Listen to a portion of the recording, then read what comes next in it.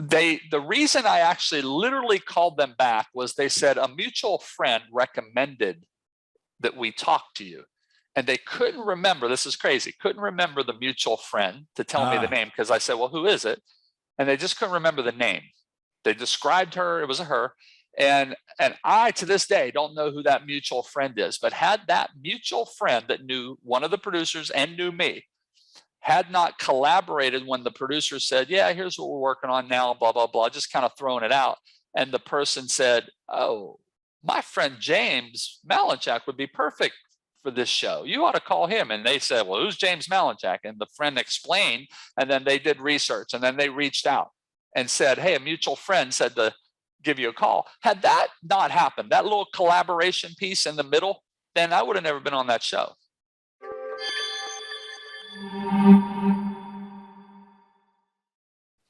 Hello, everybody, and welcome back to the show. Chuck Anderson here. This is the Creative Collaboration Show, and I am so excited today because I have with me a superstar guest.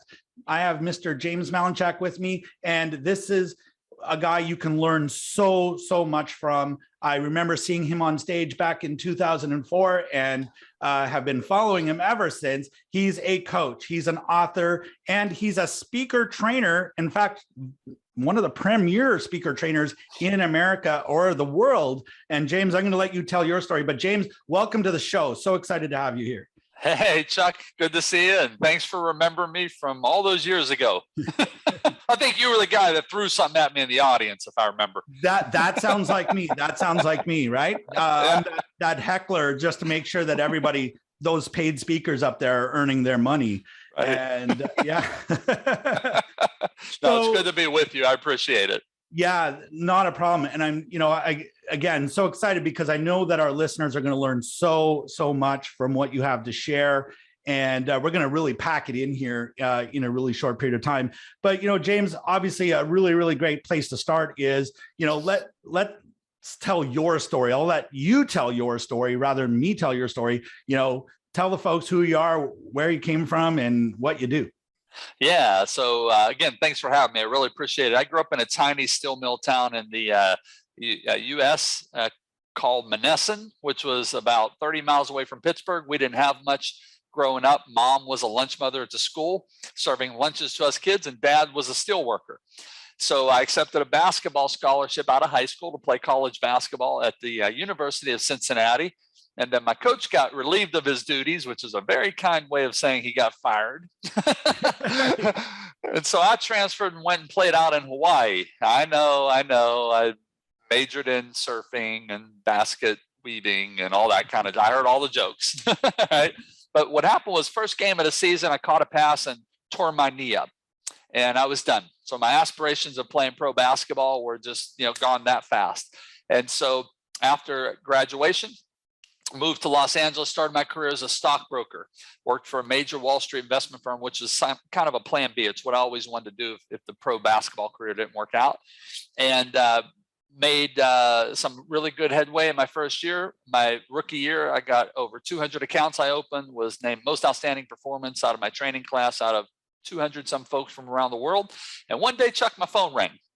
And it was a man on the other line, and he said, hey, my son works there in your office, and he said you did some really good stuff. I'd like you to come and speak to my employees. And I said, well, hey, thanks so much, but I don't speak.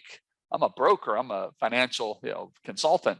And he said, well, look, I only need you to talk for like about 40 minutes to my employees. I said, sir, thank you, but I don't speak. And he said, and I'll pay you $5,000. I said, I speak. I speak. When do you want me? And Chuck, I went there. I didn't know anything about speaking. I just went there and told them what I did to build my business so fast. And what I love about your show is, I didn't do it through cold calling like they tell a lot of salespeople to do. I did it through collaboration, through building relationships, and through relationships I had with guys that were now playing professional sports. And so I thought on a scale of 1 to 10, when I did that talk, I was like a -2. I thought I was horrible. And he said, man, that was really great information. I'm like, who were you watching? Because I thought I was a terrible speaker. He said this, I'll never forget this. He said, oh, I'm not talking about speaking skills. I'm talking about the information you relayed and the story. I don't care about all that stuff. I care about the information and did it help my employees. And he said, matter of fact, I loved it so much, I'd like to book you for 2 more and I'll pay you $5,000 each one. I was like, okay. So my first 3 talks, Chuck, got $15,000 and I was blown away. I said, I'm in. I love this. I don't know what it is, but I'm doing it. And Chuck, I got to tell you, I did the dumbest thing anybody could do. If anybody's listening or watching, don't do this. I went and quit my job. You had made it at that point, right? No need for a job. Chuck, this is easy. Checks just fly in from everywhere, you know? And long story short, I became so broke and financially destitute. I ran through my life savings that I was forced to work in a video store, and I made $7 an hour, and I ate top ramen noodles, pasta with big jars of spaghetti sauce diluted with water because that would make it last longer. And I did that for over 3 years. And I didn't understand what I try to teach folks today, that look, you can have a message, you can want to help people, but that's why my logo is a coin. There's a flip side to the coin. And the second side of the coin is you're running a business. And I didn't get that back then. And that's why I was broke and, ended up working in the video store. But to kind of put the cherry on top, when I started to realize I was running a business and I had to build this the same way I did anything else, my financial services career, I went on the next year and booked 40 talks. Decent, not bad, right? But then the year after, I booked 100 paid talks and never booked less than 100 paid talks once I got it, that it was also a business. And my busiest year was 157 locations. And some locations I might do 2 talks or 6 talks. So I probably did, I don't know, probably about 250. I probably got about 250 checks that year. So, and that's how it all happened. Wow, that's an amazing story. I love the origin story. So many parallels with my origin story. I've done the diluted tomato sauce thing, and I've also quit my job prematurely, all of that, because entrepreneurship's the dream, right? And as soon as you get that big check, that first big check, it's like, wow, man, I made it. I never have to work again. And then you realize you might actually work harder than you actually did at your job, especially at first, to pound the pavement and get that business going. But well, the other thing I learned too is that old line that's been passed around, that quote, that cliche that's been passed around forever and perpetuated, is a lie. Jump and the net will appear. I jumped, I quit my job, and I crashed and smacked my face on the ground. Well, you and me both. I think you turned out a little bit better than I did. I've got the gray hair to prove it. But I love the story, and I think that's so inspirational for people. And if you're listening in and you're in that first year and you're about to make that dumb mistake, learn from both of us, right? Learn from both of us. Don't do it. Remember to treat this like a business, because it is a business. It is a business. And the money, jump and the net will appear is probably the dumbest advice I was ever given. Yeah, exactly. I'd rather have a strategic plan before I went and quit my job if I could do it over again. And that's what I try to teach people now. If you strategically think through this and have a plan and well thought out, then you're going to do great at this. But if you just haphazardly jump, you're going to crash. Yeah, absolutely. Now it's making those dumb mistakes that give us that perspective and give us that experience that we can then turn around and to the entrepreneurs coming behind us go, hey, look, here's what you're going to hear. Here's what you're going to experience. Maybe we can make it a little bit easier for you. Right. And so 100%. That's why we're here. The secret to living is giving. And that's what we're doing here, collaborating to give back to your folks. And maybe we, I always say, if we help one person, it was worth it. Everybody else is gravy. Everybody else is, whipped cream on the sundae. If we can get one person, then we served our purpose today. Yeah. And if we can get 2, we've just doubled our efforts. So there you go. There you go. So speaking of collaboration, right? This show is all about collaboration. And James, as you mentioned, collaborations have been a big part of your business. And, let's start with, we get to this, maybe some of the collaboration stories in a moment, but, when was it in your business where you realized that you really couldn't do it all alone? Collaborating was going to help you to do something faster, easier, better than you were able to be before. What can you recall what that moment was where you became open to the idea and maybe tried it out? Yeah, I would actually go all the way back into high school is where I learned the foundation for it. because we won our first ever state basketball championship for a tiny little school. It's almost like the movie Hoosiers, if anybody remembers the old basketball movie Hoosiers. Small little town, everybody laughed at, said there's no chance, and playing against the big boys, so to speak, which we did, and we beat them, and we beat them all, and we won the state championship. And I was a pretty darn good player. I was a gym rat. I would do whatever I needed to do all summer long, to get better. I would go to basketball camps. I would dribble all over town in the summer with my right hand, which was my strong hand, tied behind my back, getting my left hand stronger. I would go play against guys who were better than me and so forth. So I was a pretty good player by the time I hit my senior year. But I realized something. My coach took me aside. Coach Salvino took me aside, and he said, look, you're a fantastic player. You can average 30 points. Yeah, I mean, you could win every award. He said, but we're not going to win a state championship that way. He said, we got really good players here with you, and you've got to be a leader, and you've got to understand that everybody has a role. And sometimes you need to take a step back and let somebody else do their role or shine so that we could take 5 or 10 steps forward. And that just, I got it. It hit me for some reason. I'm like, yeah, you're right. And so I didn't average 30 points. I averaged 21, which is still very good.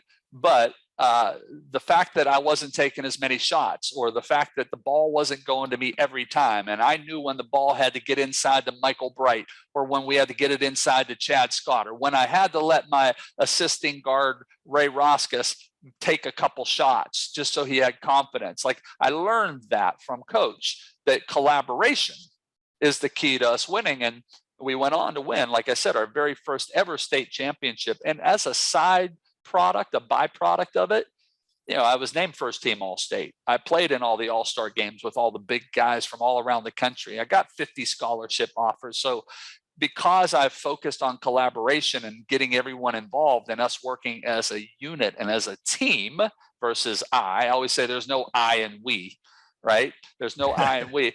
And because of that, we won and excelled, and everybody was better for it. So then fast forward into entrepreneurial business, or speaking, if you will, it was the same thing. Even to this day, I always joke, but I'm very serious when I say I work for Cindy, my assistant. I work for Cindy. She doesn't work for me. See, that's elevating her. That's saying, hey, I appreciate what you do. I couldn't do this without you. That's collaboration at its best, even though it's just her and I. But even earlier, when we had more folks work, everybody had their role, and I had to let them do their role. I had to let them collaborate with me and tell me things that might work for us to be better. And I couldn't just be a silo and say, well, look, I've done this and I've done that, so everybody listen to me. So the last thing I'll say is this. There's a reason why pioneers are always found face down in the mud with arrows in their back, because they were out there being a silo on their own, wandering around, right? And what I always say, you need to run with a pack. Birds of a feather flock together. Wolves run in pack. Animals travel in pack. Pioneers are down in the mud with arrows in their back.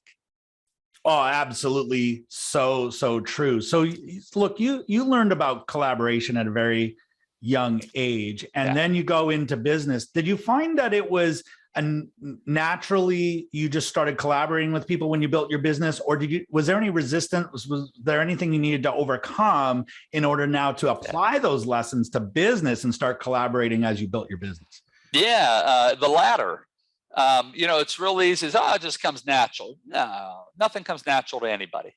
Nothing comes down. I used to do an event in Vegas with Michael Jordan, great basketball player, and I was, hey, are you just naturally a skilled jumper? Are you naturally a shooter? Are you naturally a good defender? And he's like, no, I have some God-given talent where I can fly and hang a little bit longer than others, but I had to develop how to do that and shoot. That's a skill. That's working with coaches.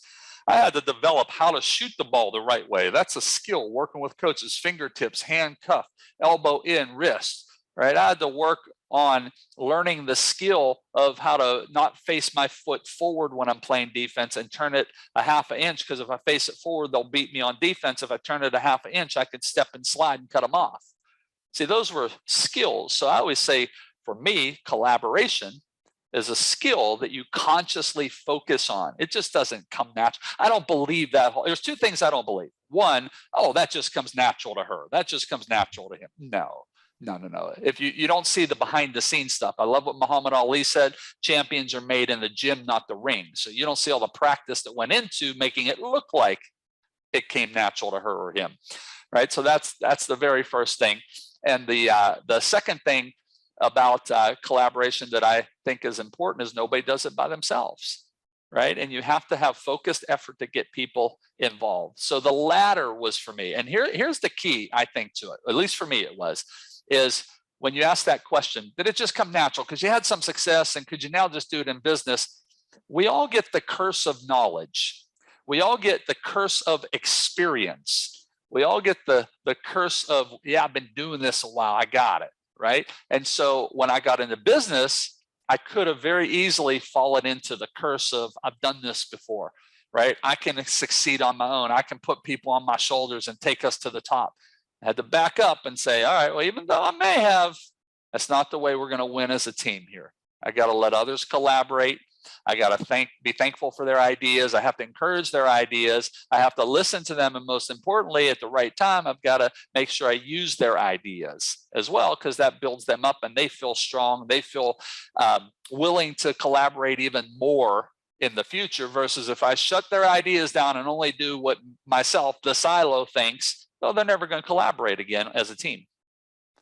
Well, that just makes so much sense. And of course, I love what you said. It doesn't come naturally. It's a skill that you had to develop. And that was certainly true for me. I mean, I had to work at it. You know, small farm boy from Southern Alberta, Canada. And, you know, what did I see my grandfather and my father do? Doing it all themselves, working hard. And so that's how I started my business. And it took a while to overcome it. So I love what you said. And I think I've seen so many others share that same obstacle. It's a skill. You have to decide that you're going to do it, and then you have to develop the skill to do it. Oh, 100%. The other thing I want to mention too is I've never met a self-made person in my life. People say, oh, you're a self-made millionaire, James. I'm like, I don't know what that means. I didn't do anything myself. I had a lot of people who've helped me. You know, I had people coaches, mentors, you know, family members, team members that work for me, work with us. I've had them all collaborate and share ideas and, hey, maybe you ought to look at it this way, or maybe you should do this, or maybe you shouldn't do that, back away, right? So I don't understand that whole, she's a self-made millionaire, he's a self-made entrepreneur. I don't get that because I'm not a self-made nothing. I've had a lot of people to help me and collaborated.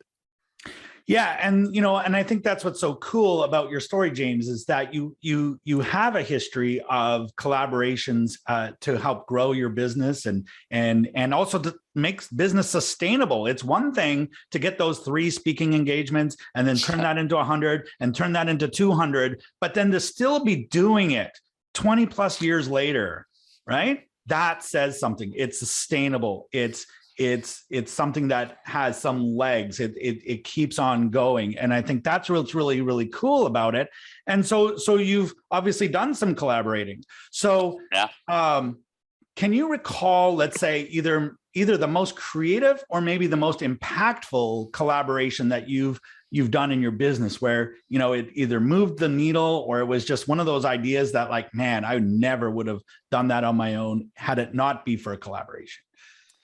Boy, that's a great question. And I think I'll answer it by two quick ones. One is The Secret Millionaire. When I was blessed to go on the show, I was just talking to one of the producers probably about 8 or 9 days ago. I'm still in touch with them. They're still good friends. We text and call each other all the time. And these are top producers, like folks that are like the most successful people in reality TV. And when they first approached me about being on the TV show, I was talking to them 8 or 9 days ago, and they told me this blew my mind, Chuck, that now they estimate that we've been watched by 50 million plus people around the world in 100 some countries. And I'm like, what? Like, I'm a still Milltown kid. Like, what? That's crazy. Like, to think that maybe something we did help people, you know, all over the world. But it's crazy. I get, you know, messages on social media all the time from people in Ireland, South Africa, Australia, New Zealand, you know, China. It's crazy. I could tell when it's airing in different places because I get bombarded with messages. But when they first approached me, I literally turned them down because they hid their identity. They never say, like, it's a major network, right? They don't want people just trying to get on TV to promote themselves. But the reason I actually literally called them back was they said a mutual friend recommended that we talk to you. And they couldn't remember, this is crazy, couldn't remember the mutual friend to tell me the name, because I said, well, who is it? And they just couldn't remember the name. They described her, it was a her. And I, to this day, don't know who that mutual friend is, but had that mutual friend that knew one of the producers and knew me, had not collaborated when the producer said, yeah, here's what we're working on now, blah, blah, blah, just kind of throwing it out. And the person said, oh, my friend James Malinchak would be perfect for this show. You ought to call him. And they said, well, who's James Malinchak? And the friend explained, and then they did research, and then they reached out and said, hey, a mutual friend said to give you a call. Had that not happened, that little collaboration piece in the middle, then I would have never been on that show. And to this day, I don't know who that person is to properly thank her. Isn't that crazy? Wow. That is so cool. And, it's hard to predict exactly what the impact of that show was going to be at the time. It's now hindsight's 2020, so we can see what the impact of that show is going to be. But I think what I really hear in that, James, is it really speaks to your relationships, because collaboration, to collaborate with people, you really have to have relationships. You have to nurture your relationships. You have to take really good care of your relationships. So even though you don't know who it was, the fact that you had a good relationship with that person and they thought, I'm going to put James's name forward for this, I think that speaks a lot, right? Yeah. And to maybe give everybody a tip or an idea, I always teach this in my seminars: stop networking. People say, I got to go network. No, stop networking. Networking means pest working. Okay, that means slamming people with your information and saying, hey, call me, or can I get your phone number, or could I get this? And that sends up a signal to somebody that you don't really care about them when you do that. I just want your stuff, your contact info, because I think you can help me get something I want. So I say stop networking, because that's pest working, and start relationship working. The way I look at folks, Chuck, is, you think about this: your family and your friends, the people who are closest to you, that you love and care about, you don't think about networking with them. You think about serving them and helping them and making their life better, right? So wouldn't that be something if we went around and looked at every business contact, if we looked at every person we meet at the grocery store or at the club, the tennis club or whatever, as a family member and a friend, you would stop networking immediately.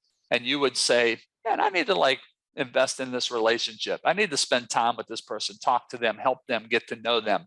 We don't look at that when we're thinking of networking. So I always say stop networking. That equals pest working. You're a pest and people are trying to swat you away, right? And start relationship working.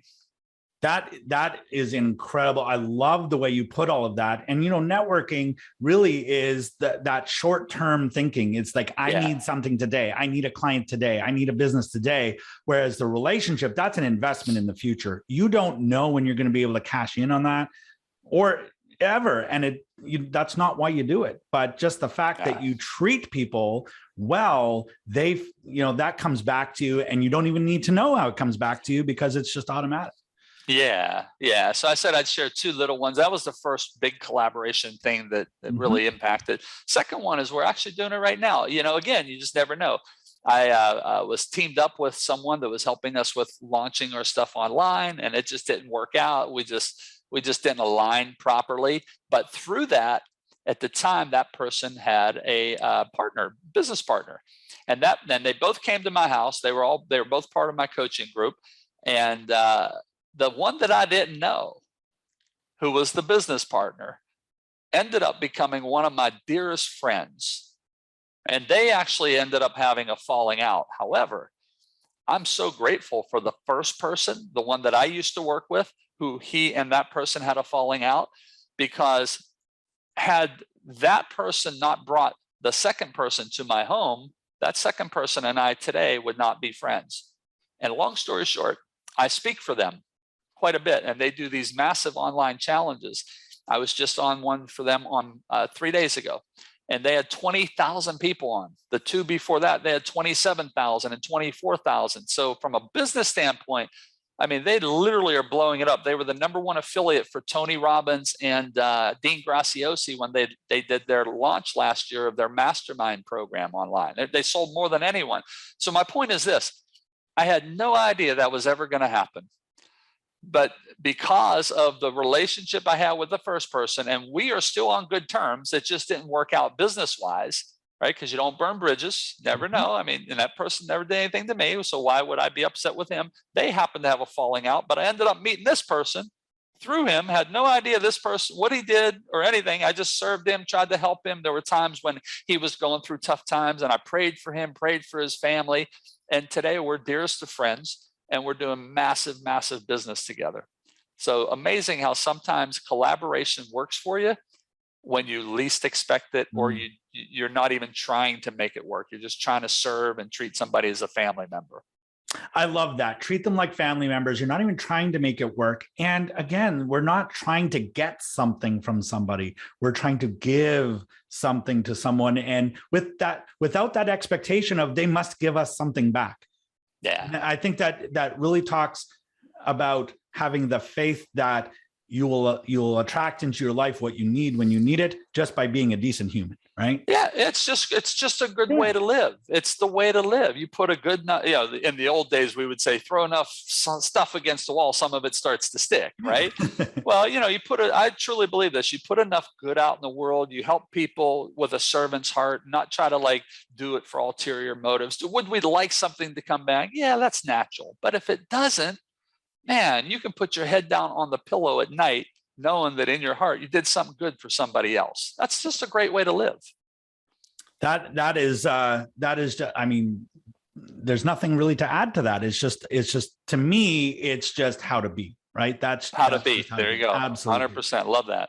So obviously when people listen to this and they listen to us talk, they go, okay, great. You sold me. I'm going to do collaborations on my business. I'm not going to work alone. I'm going to work with someone else. The natural next question that we get, James, is where do you find them? Where do you go looking for them? Now, we've already established that traditional networking is not the way. We've talked about relationship building. When you determine there's a piece of the puzzle missing, or there's something in your business that you want, where do you go? Where do you look? What is it that you turn to find someone to collaborate with?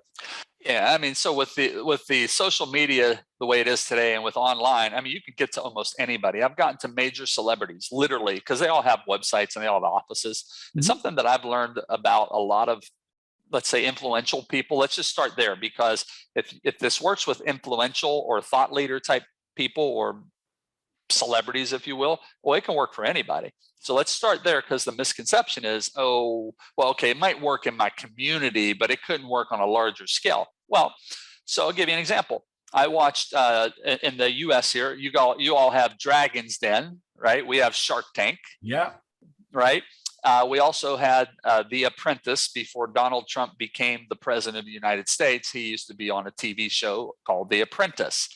Well, I watched one of the episodes of Celebrity Apprentice. Actually, I watched the whole season, and I just really resonated with a person on there, Lisa Gibbons. Lisa is an Emmy award-winning TV host. Been doing it for 40 years, interviewed everybody you can imagine, from A-list celebrities to US presidents. And she just led with kindness. She would literally never get involved in the backstabbing and the fighting and the gossip. She would just kind of clam up, and she would always do her business ventures with kindness. And I thought that, and she even said that, I lead with kindness, which I thought was really amazing, right? She ended up winning Celebrity Apprentice. And I thought, man, she's such a good spirit. I love how she does it. I really want to connect with her. So I called up her office, which I found online. And there's a phone number, and I left a message. Now, here's how you get in with anybody, okay? You don't go after them wearing a bib under your chin. And here's what I mean. When we come into this world as an infant, we get a bib placed under our chin, right? Because people are taking care of us. However, if you know anything about the subconscious mind, you know that gets embedded, like seeds get planted. That's the programming that starts running in your subconscious mind, which is this: people should be giving to me throughout life, which means I'm a taker. right? Well, if you don't change that programming, then that runs on your mind the rest of your life, and you don't know why things don't work out for you. But here's what I always say. First part of all transformation is awareness. When you are aware, you can change something that fast. So now that I've made you aware of, hey, this crazy programming has been installed on our computer since we were born, and we don't know why. It just keeps running and we don't realize it. Well, guess what? We can cleanse that hard drive now and download a different software onto our computer. So what I say is, now that you're aware of it, what I want you to metaphorically do, and I know those listening can't see this, but I have literally a bib under my chin right now. I'm taking it off. I want you to take that bib off from around your neck, drape it over your forearm as a napkin, and pursue everything in life and people as if you are the best server in the finest dining establishment on the planet. And you always look and approach everybody from this day forward with, what could I do for this person?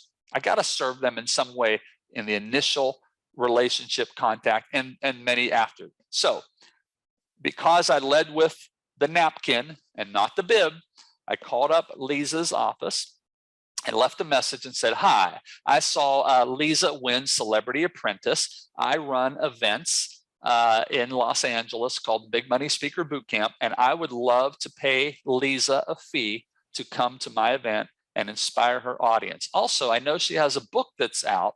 I would love to talk about purchasing some of those books for my audience members. So could somebody please give me a call back?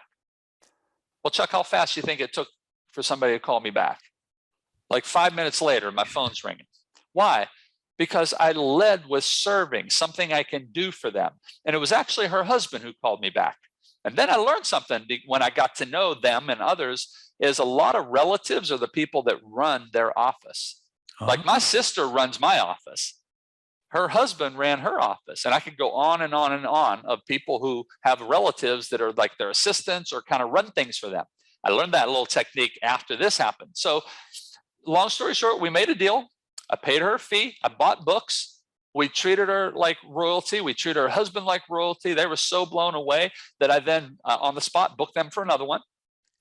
And they came and 6 months later did it again. And then I said, hey, you know what? I'd love to teach my folks media and how to master media. So Lisa and I collaborated on a media training for my folks, of which they made extremely good money because all my students bought the training. So now look at all this serving that I did just to try to help them. I said, hey, you know, you have a new book coming out. Well, I have a whole bunch of friends who have affiliate relationships. What if I got them to promote the book for you guys? Would that be helpful? I just kept looking for ways to lead with the napkin. Okay. Long story short, I mean, they literally will almost do anything for me now. And I didn't do it for that reason. I did it because I wanted to truly serve, help them, but also build a great relationship that we would collaborate and last a long time, a lifetime with. So the very first thing I always say is you find anybody and you can pretty much almost get in with anyone if you lead with looking for a way to serve them with the napkin, not going after them being a taker, but being a giver. So I find people online all the time. And I'm like, well, what can I do to help them?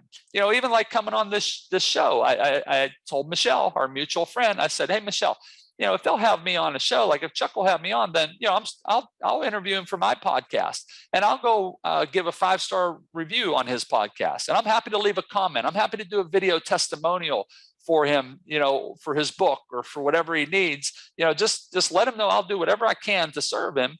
And if he's interested, maybe having me as a guest on the show. And so I'm always trying to lead with what can I do with the napkin, not the bib, to serve people.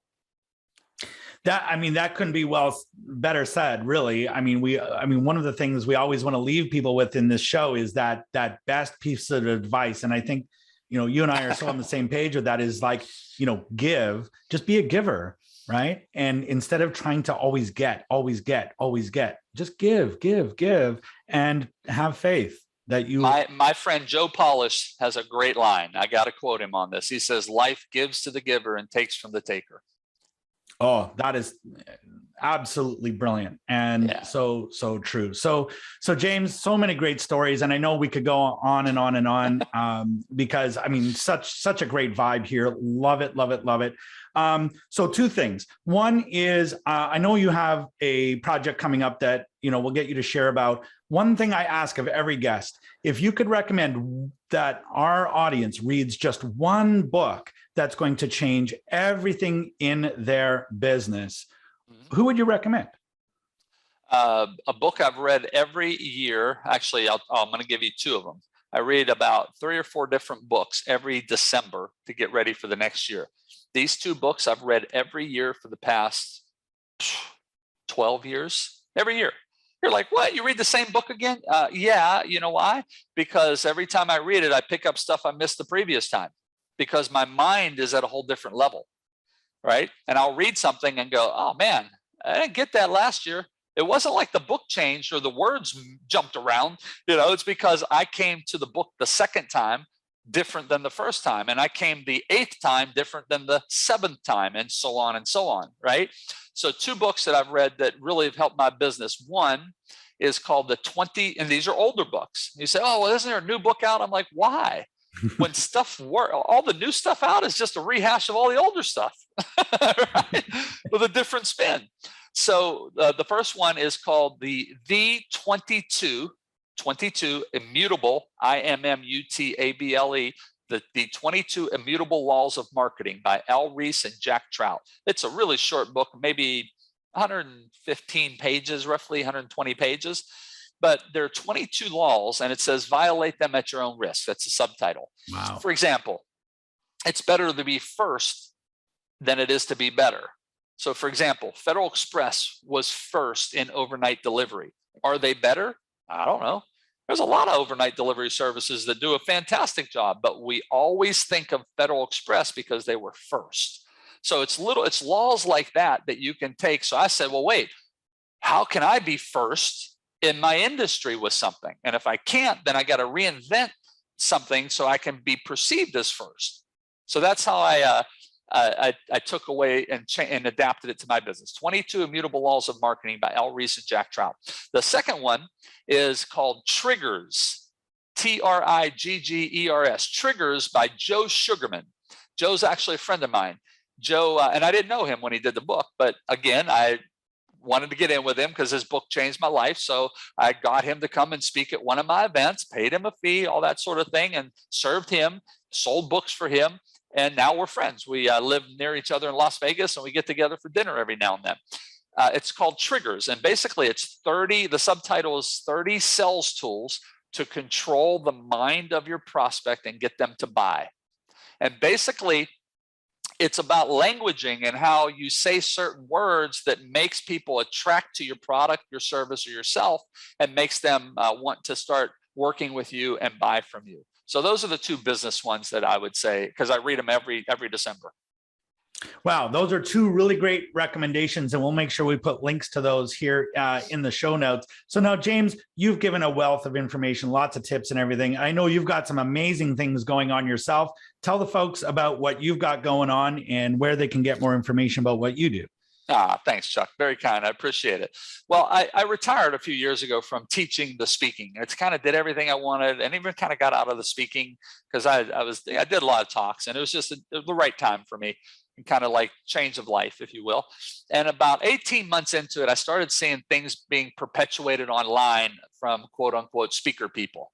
Everybody, was an expert now, teacher. That like somebody did one talk and they were an expert. And like, so I'm watching some of this stuff and I'm like, what are they? It's so bad what they're teaching people.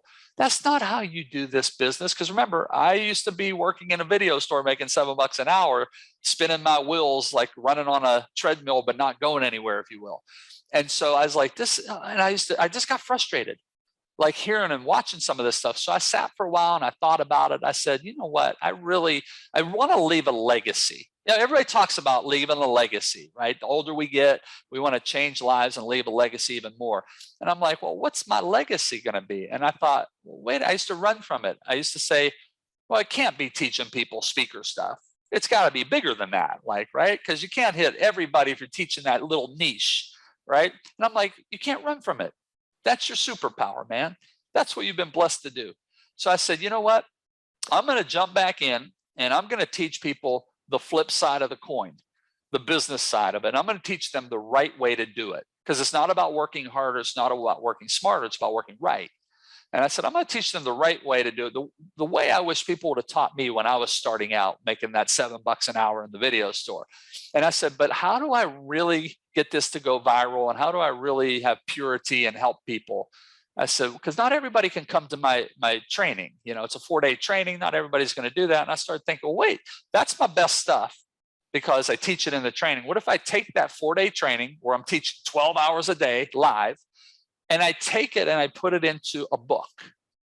And I was like, yeah, that's how we'll do. We could do a book promotion campaign. I'm like, no, it's away from the mission. What if I just give it away for free? Like, you don't need to buy anything. You don't need to put a credit card in and pay for shipping. And that's what made me realize, let me do it digitally. And so basically, that's what I'm doing.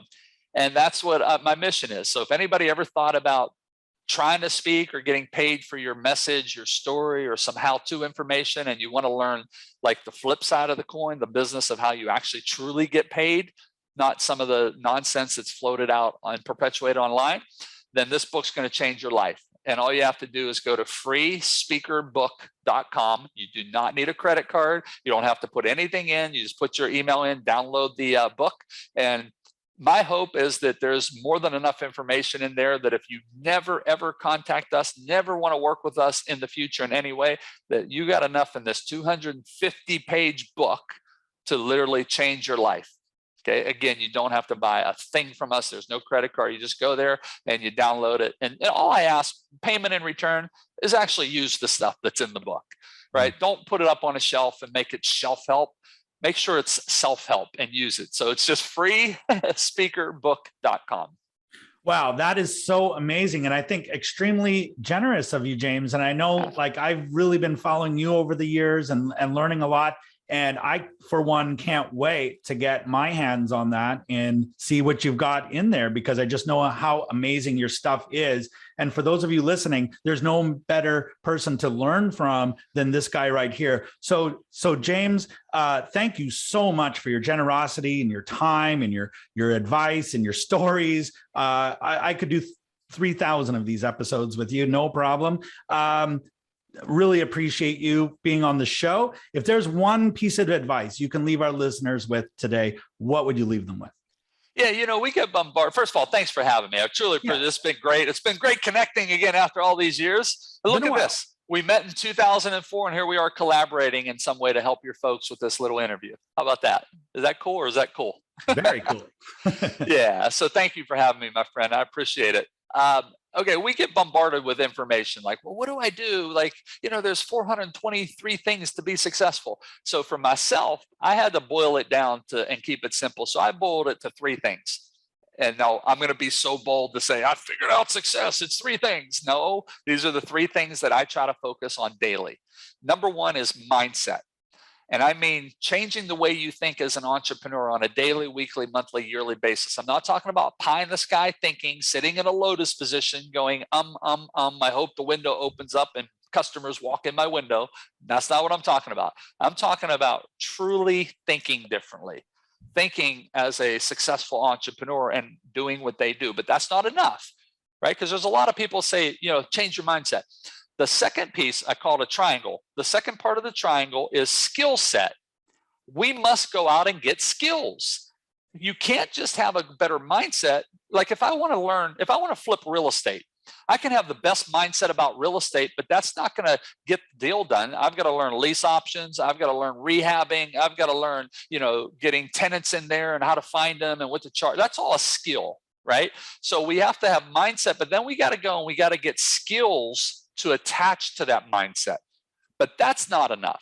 It's a triangle, and they all work together in unison. It's mindset, it's skill set, and then Chuck, number 3 is get off your assets and get moving. Right? Because if we have a great mindset, we learn skills, but we don't do anything with it. It was a waste of time. So I try to wake up every day and say, okay, mindset, you know, because there's days where my mind, I drift off the road. My car is out of alignment. I got to get it back in alignment. I got to make sure I got the right mindset. And then I got to make sure I'm doing the right skills on a daily, weekly, monthly, yearly basis. But then I got to always remind myself, brother, get off your assets and get moving. All right, get moving. You learn some great skills, but you're not using them, James. Get moving. So it's mindset, skill set, get off your assets. That's awesome. And I can't wait to share that with everyone, and to everyone listening to the show. Get off your asset and go get James's book. Link is down there in the show notes. James, thank you so much. And to everyone listening in, go get James's book and be open to those relationships and those collaborations that you can do with those relationships without expectation of return. Be a giver first and have faith that the getting will come. James, thank you so much. Hey, my friend, thank you. And thanks for allowing me to collaborate with your amazing listeners and viewers. Thank you.